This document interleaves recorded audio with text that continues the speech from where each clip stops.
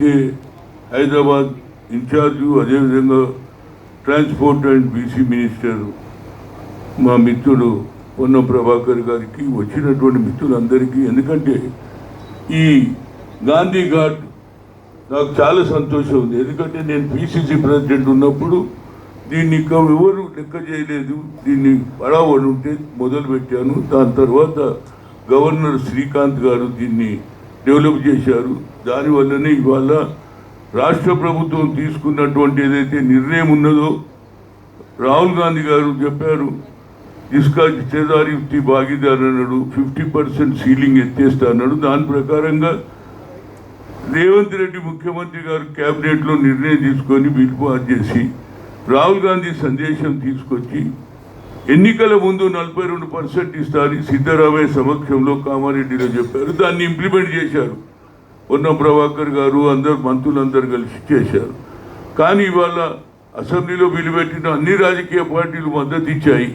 మళ్ళీ ఇప్పుడు బయటకు వచ్చి ఒక కొత్త నాటకం ఆడుతున్నారు. ఏదైనా ఇవాళ నేను చాలా నిర్భయంగా చెప్తున్నా, నేను ఎక్కువ చెప్పేది కాదు, కానీ ఇవాళ తప్పనిసరిగా 42% వస్తేనే మా భవిష్యత్తు. ఇప్పుడు రాకపోతే ఎన్నడూ రాదు. ఎందుకంటే ఇంతకుముందు ఆనాడు ఎస్సీలకు బాబాసాహెబ్ అంబేద్కర్ ఉండే, మనకు జ్యోతిరావు పూలే ఉండే, కానీ మన రిజర్వేషన్ ఆనాడు మండల్ కమిషన్లో ఏది 1992లో 27%. ఇప్పటి వరకు నేను ఎంపీ అందరు మన పొన్నం ఉన్న ఈ సమానంలో అడిగినాం, కానీ సుప్రీంకోర్టు కొట్టేసింది. అప్పుడు ఐఐఎంలో రిజర్వేషన్ రావాలని కోరితే ఆనాడు మాకు జరిగిన అన్యాయానికి సోనియా గాంధీ దగ్గర పోతే మన్మోహన్ సింగ్ చెప్తే బిల్లు పాస్ అయింది. ఈ బిల్లు కూడా పాస్ కావాలంటే నేను తప్పనిసరిగా మనం ఇక్కడ యుద్ధం చేసినాం.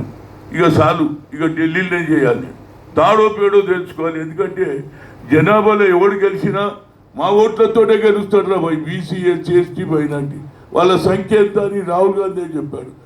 దీంతో పాటు తప్పనిసరిగా ఏదైతే రాష్ట్ర ప్రభుత్వంకు నేను కృతజ్ఞత చెప్తున్నా, ఇచ్చిన మాట నిలబెట్టుకున్నది. కానీ అపోజిషన్ ఇవాళ నాటకాలు ఆడుతుంది, వాళ్ళ సంగతి రేపు తెలుస్తుంది. ఎన్నికల ముందు నేను చెప్పకుండా, ఎందుకంటే ఇది అవకాశం రా బాబు. మహాత్మా గాంధీ దేశ స్వాతంత్రం తెచ్చిందా లేదా? మరి ఇది కూడా ఒక స్వాతంత్రమే. అందుగురించి అందరు పట్టుదలతో పనిచేయాలని కోరుతూ మా పొన్నం ప్రభాకర్ గారు మాట్లాడవలసింది. మహాత్మా గాంధీ అమర్ హై. పాపుగాడ్ దగ్గర తెలంగాణ రాష్ట్ర బీసీ కమిషన్ ఆధ్వర్యంలో శాంతియుతంగా మహాత్మా గాంధీ గారి యొక్క ఆలోచన విధానం మేరకు అందరి ఆలోచన మారి 42% అమలు కావాలనే తపనతోటి ఈరోజు ఇక్కడ ఒక కార్యక్రమం నిర్వహిస్తున్న నిరంజన్ గారికి, సభ్యులందరికీ కూడా ధన్యవాదాలు. పాల్గొన్న వారందరికీ కూడా నమస్కారం. గాంధీ గారు మనకు మార్గం శాంతియుతంగా ఆనాడు స్వాతంత్రాన్నే సాధించినారు. మనందరికీ మార్గదర్శి. ఏదైనా కూడా శాంతియుతంగా ప్రజాస్వామ్య పద్ధతిలో మనం మన సమస్యలు పరిష్కరించుకోవాలి చర్చల ద్వారా. మహాత్మా గాంధీ గారి ఆదర్శంగా ఈరోజు తెలంగాణ ప్రభుత్వం అన్ని రకాల న్యాయపరమైన, చట్టపరమైన, శాసనసభలో జరగాల్సినటువంటి చర్చపరంగా అన్ని రకాల అంశాలను అధిగమించి చట్టాలను చేసి గవర్నర్ గారి వ్యవస్థ ద్వారా ఢిల్లీకి పంపినట్టు సంగతి తెలంగాణ ప్రజలందరికీ తెలుసు. దాన్ని అమలు చేసుకోవడానికి అందరం కూడా ఈరోజు వివిధ పద్ధతుల్లో ఆనాడు స్వాతంత్ర ఉద్యమం కోసం ఏ విధంగా పోరాటం జరిగిందో, తెలంగాణ ప్రజలు తెలంగాణ సాధన కొరకు ఏ విధంగా రాజకీయాలకు అతీతంగా అందరూ సకల జనులుగా ఉద్యమం చేసిండ్రో, ఇవాళ కూడా అన్ని రాజకీయ పార్టీల ఏకగ్రీవ అభిప్రాయంతో శాసనసభలో తీర్మానం పొందిన ఈ చట్టం ఇప్పుడు కూడా అందరూ రాజకీయాలకు అతీతంగా ఈ 42% సాధించుకోవడానికి ఇటీవల బంద్ నిర్వహించడం కానీ తదితర కార్యక్రమాలను చేసుకొని ఈరోజు గౌరవ బీసీ కమిషన్ చైర్మన్ గారి ద్వారా ఈ కార్యక్రమం చేస్తూ ఉన్నాం. మనం శివుడి పటాన్ని చూస్తాం, శివుడి యొక్క దేవుడి పటాన్ని చూస్తాం. శివుని పరివారం చూస్తే శివుడు పార్వతితో పాటుగా ఆ చిత్రంలో 4-5 జంతువులకు సంబంధించినటువంటి ఆవు కానీ, నంది కానీ, నెమలి కానీ, మూషిక వాహనం కానీ, ఇవి 4 కూడా ఆ భగవంతులకు సంబంధించినటువంటి వాహనాలుగా, శివుని మెడలో పాముగా, 5 మనకు ప్రత్యక్షంగా ఎవరు చూసినా చూడకపోయినా శివుని పరివార పటంలో ఈ 5 కనబడతాయి. 5ను మీరు గమనించినట్టయితే నిరంతరంగా బయట ప్రపంచంలో పరస్పరంగా అక్కడ ఉండబడేటువంటి సింహం పులి ఎద్దును తింటుంది, అంటే నంది. నెమలి పామును తింటుంది, పాము ఎలుకను తింటుంది. ఒకదానికి వైరం ఉంది వాస్తవంగా.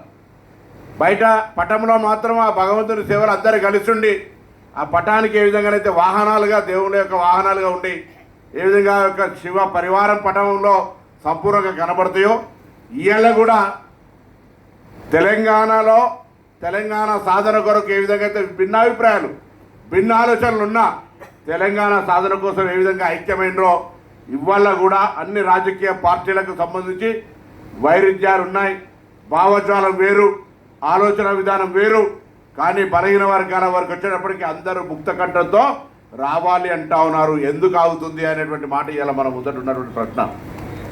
ఎవరిని నిందించే అవసరం లేదు. ఇవాళ తెలంగాణ శివుని పటంలో పరివారంలాగా అక్కడ ఉన్నటువంటి జంతువులు ఏ విధంగా ఐక్యంగా ఆ పటంలో ఉండగలుగుతున్నాయో, ఈ తెలంగాణ పటంలో అన్ని రాజకీయ పార్టీలు 42% రిజర్వేషన్ కొరకు వాళ్ళ రాజకీయపరమైన వ్యక్తులుగా వేరు, ప్రజాప్రతినిధులుగా వేరు, రాజకీయ పార్టీలుగా వేరు.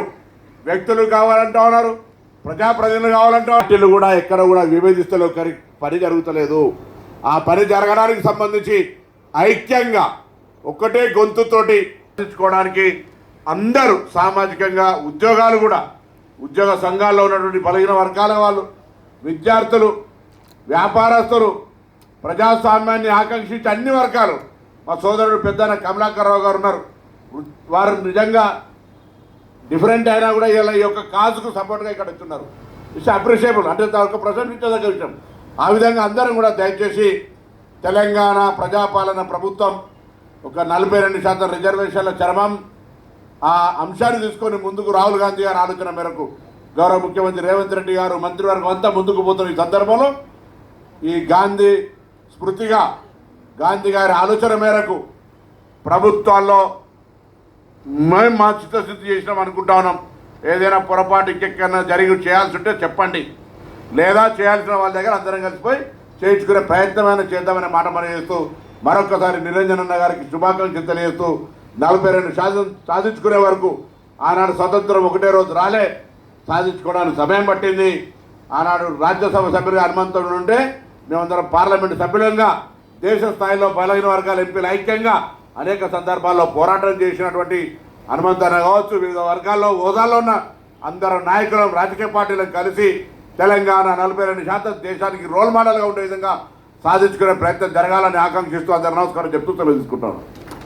ఈ కార్యక్రమంలో పాల్గొన్న వివిధ కుల సంఘాల ప్రతినిధులకు అందరికి కూడా బీసీ కమిషన్ తరఫు నుంచి ధన్యవాదాలు తెలుపుతూ, దయచేసి అందరూ లేచి నిలబడితే నేషనల్ యాంథమ్తో ఈ కార్యక్రమం ముగుస్తుంది.